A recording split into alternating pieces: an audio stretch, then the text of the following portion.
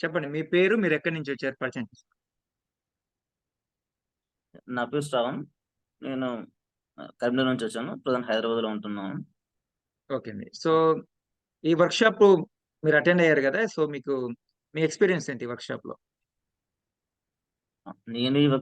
నేను చాలా programmings attend అయ్యాను.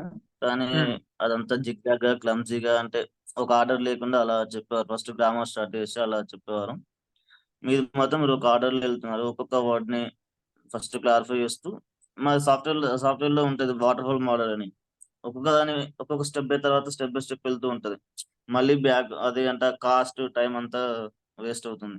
సో, ఇందులో గూడా నాకు అలాగే అనిపించింది. మనకు వన్ బై వన్ ఎళ్తూ ఉంటే, వన్ బై వన్ నేర్చుకుంటూ ఎళ్తుంటే, మనం మళ్ళీ వెనక్కి చూసుకోవాల్సిన అవసరం ఉండకుండా స్ట్రెయిట్‌గా ఎళ్తున్నాం అన్నట్టు.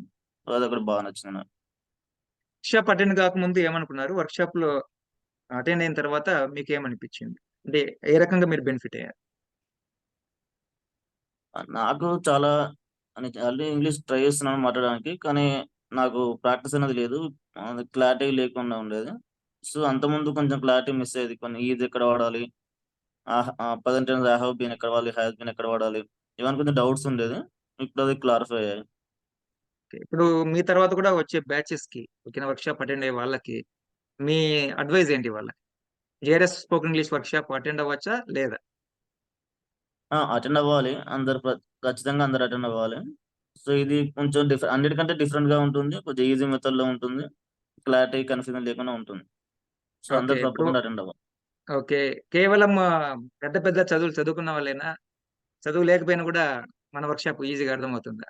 ఇంగ్లీష్ అనేది చదువు మన లేని వారు వర్క్‌షాప్. చదువు లేని వారు కూడా అటెండ్ అవ్వచ్చు, నేర్చుకోవచ్చు. ఓన్లీ జస్ట్ తెలుగు అనేది వస్తే చాలు. తెలుగు ఎలాగ మాట్లాడడం వస్తే, అలాగే ఇంగ్లీష్ మాట్లాడడం కూడా నేర్చుకోవచ్చు. ఓకే అండి. Thank you.